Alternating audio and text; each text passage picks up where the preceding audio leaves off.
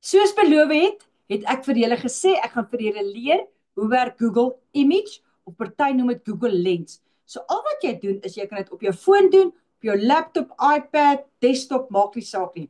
Jy gaan na Google toe, jy gaan sien dit sê search, langs search is daar 'n klein mikrofoontjie, en dan is daar 'n icon wat lyk soos 'n kamera lens.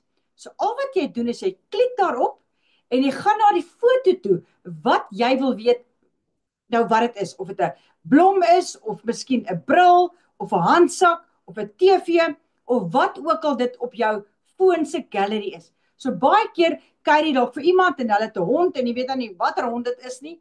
Dan wat jy doen is jy neem 'n foto van die hond, jy gaan Google Image hom en dit gaan vir jou baie inligting gee van daardie hond. Hierdie is baie oulik veral vir mense wat daarvan aan te thrift of miskien bietjie jou algemene kennis op te kikker. Of natuurlik as jy 'n beskrywing van iets wil weet. So dis baie oulik vir dit. Soos byvoorbeeld, julle wat nou weet ek thrift.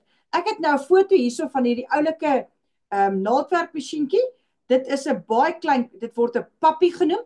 So ek het letterlik net die foto ingesit en ek het gesê search.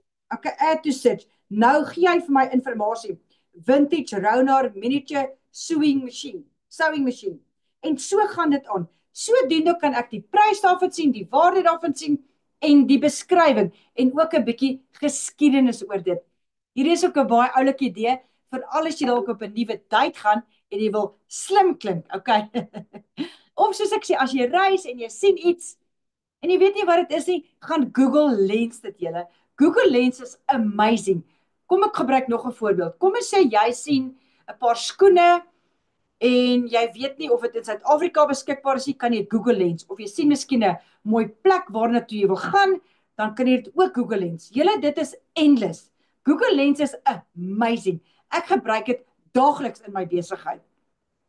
En dan wil ek net baie graag vir The Courier Guy Locker sê, dat hulle hierdie vra net Lani reekse van my moontlik maak. Onthou julle, Pudo word nou genoem The Courier Guy Lockers. As jy enige vrae het oor hoe dit werk of nie verstaan nie, kontak my gerus en ek help jou sommer vinnig.